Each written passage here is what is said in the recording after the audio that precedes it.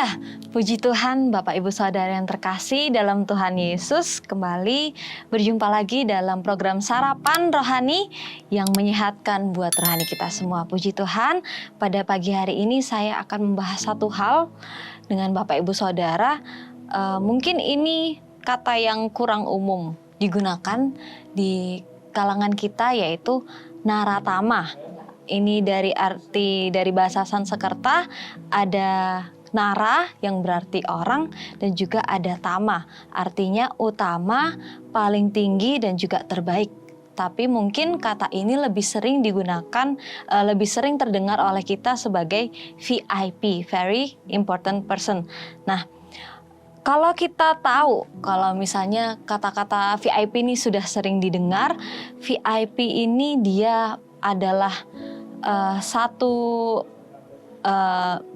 keadaan di mana orang yang punya VIP ini dia punya suatu keuntungan eksklusif yang dia itu didapatkan lebih daripada orang lainnya. Nah, Bapak Ibu Saudara, kalau orang dengan tingkat VIP ini atau naratama, biasanya mereka juga adalah orang-orang yang punya satu status sosial tinggi, satu jabatan tinggi, orang yang terpandang, orang yang lebih daripada orang lainnya. Kalau akhir-akhir ini juga ramai dalam event, dalam satu konser gitu ya, biasanya ada disediakan tiket itu, tiket biasa dan juga tiket VIP. Nah, tiket VIP yang dijual ke masyarakat ini dikasih harga yang lebih tinggi, tapi dengan posisi yang lebih strategis untuk melihat orang yang di dalam konsernya itu.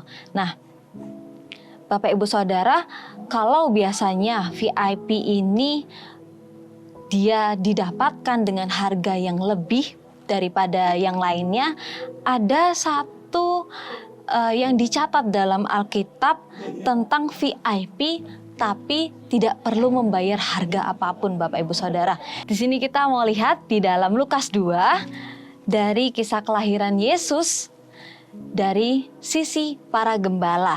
Nah, kalau kita gambarkan Bapak Ibu Saudara, dari gembala-gembala ini mereka juga dapatkan kursi VIP, mereka dapat kesempatan VIP di mana mereka dapatkan pemberitahuan langsung diberitakan oleh malaikat tentang kelahiran Yesus.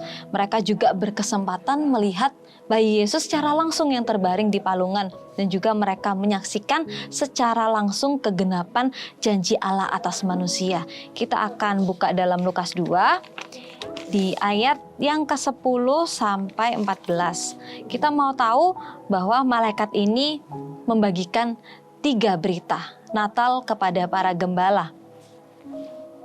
Puji Tuhan. Lukas 2 ayat 10. Kabar yang pertama adalah kesukaan besar untuk seluruh bangsa. Kita akan bacakan ayat ini. Lalu kata malaikat itu kepada mereka, jangan takut, sebab sesungguhnya aku memberitakan kepadamu kesukaan besar untuk seluruh bangsa. Yang pertama, berita VIP yang dikatakan oleh malaikat kepada para gembala adalah kesukaan besar untuk seluruh bangsa. Dari terjemahan lain juga dituliskan kabar baik. Apa kabar baiknya? Yaitu berita tentang kelahiran Yesus. Itu semua berbicara tentang kabar baik, dan kita sebagai umat percaya, kita juga harus punya keyakinan bahwa kita akan menerima segala kebaikan dari berita Natal, berita yang saat itu juga diterima oleh para gembala. Lalu yang kedua, di ayat yang ke-11, hari ini telah lahir bagimu juru selamat, yaitu Kristus Tuhan di kota Daud. Hari ini telah lahir bagimu juru selamat, yaitu Kristus Tuhan. Itu kabar kedua yang diterima oleh para gembala, bahwa Yesus lahir, Yesus hadir di dalam dunia sebagai manusia dengan membawa suatu tugas yang besar sebagai juru selamat, yaitu satu-satunya jalan keselamatan. Wow. Dan yang kita mau lihat juga di ayat yang ke-14, kabar berita Natal yang ketiga adalah kemuliaan bagi Allah. Ayat 14, kemuliaan bagi Allah di tempat yang maha tinggi dan damai sejahtera di bumi di antara manusia yang berkenan kepadanya. jauh sebelum berita tentang kelahiran Yesus disampaikan kepada para gembala, semuanya telah dinubuatkan di dalam Perjanjian Lama. Banyak dituliskan tentang kelahiran Juru Selamat, kelahiran Mesias, itu telah dituliskan, dan semuanya itu merujuk bahwa kelahiran Yesus ini membawa suatu damai sejahtera buat kita semua. Nah, jadi berita yang dibagikan kepada gembala secara langsung oleh malaikat, yaitu kelahiran Yesus membawa segala kebaikan, segala kesukaan, keselamatan, dan juga damai sejahtera. Nah, pertanyaannya buat kita semua, bagaimana bisa para gembala ini mereka berada di tempat yang utama, mereka jadi orang-orang yang terutama? Kenapa tidak yang lain? Kenapa harus gembala ini? Nah, kita mau belajar dari sifat gembala, dari apa yang telah dilakukan gembala. Yang pertama, gembala ini adalah salah satu bagian dari pekerjaan Tuhan yang dilakukan oleh hamba-hamba yang dipilih Yesus. Kalau kita lihat dari contoh Yesus sendiri ini, Yesus dia yang adalah Allah, dia merendahkan diri menjadi seorang hamba. Dan kita juga mau lihat di sini di dalam Lukas 2 ayat yang ke-8, di daerah itu ada gembala-gembala yang tinggal di padang menjaga kawanan ternak mereka pada waktu malam. Gembala-gembala ini mereka terjaga untuk menjaga ternak di waktu malam. Nah, gembala ini adalah pekerjaan yang rendah dengan resiko yang tinggi, di mana pekerjaan mereka itu adalah pekerjaan yang berat, melelahkan, dan juga membahayakan nyawa.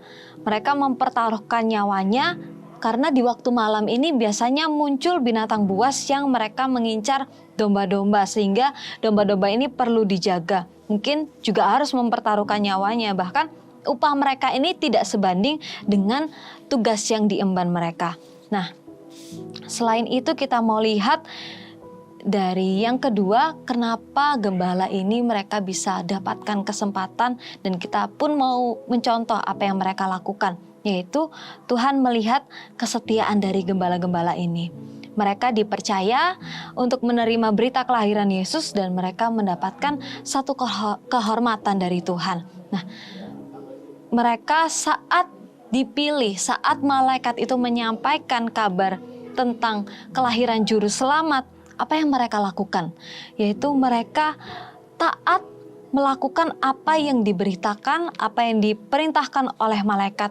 Setelah malaikat meninggalkan para gembala ini dan mereka kembali ke sorga, mereka segera melakukan apa yang disuruh, yaitu di ayat 15. Setelah malaikat-malaikat itu meninggalkan mereka dan kembali ke sorga, gembala-gembala itu berkata seorang kepada yang lain, "Marilah kita pergi ke Betlehem untuk melihat apa yang terjadi di sana seperti yang diberitahukan Tuhan kepada kita."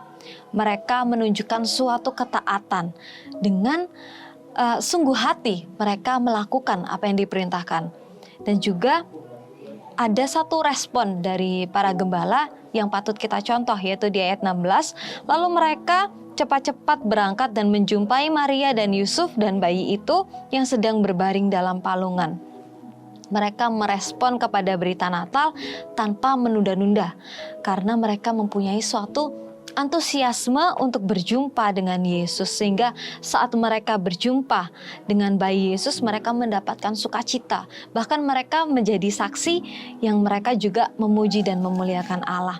Bapak, Ibu, Saudara sekalian, seperti para gembala, kita rindukan untuk sukacita Natal itu ada dalam kehidupan kita. Dan saat ini kita mau ada di posisi VIP itu, kita mau di posisi naratama itu, di mana saat setiap berita Natal kita dengar, berita Natal itu disampaikan kepada kita, kita mau melakukan semuanya itu dengan setia, dengan taat. Kita mau membawa kabar sukacita karena kita percaya kelahiran Yesus adalah salah satunya jalan supaya kita beroleh kasih karunia, dan itu nantinya akan membawa dampak kepada kita sendiri juga, di mana kita dapatkan sukacita dan kita menjadi saksinya Tuhan dimanapun kita berada. Puji Tuhan, mari sama-sama kita mencontoh sikap dan teladan dari para gembala ini, di mana mereka setia, mereka taat, untuk melakukan apa yang diperintahkan kepada mereka semua.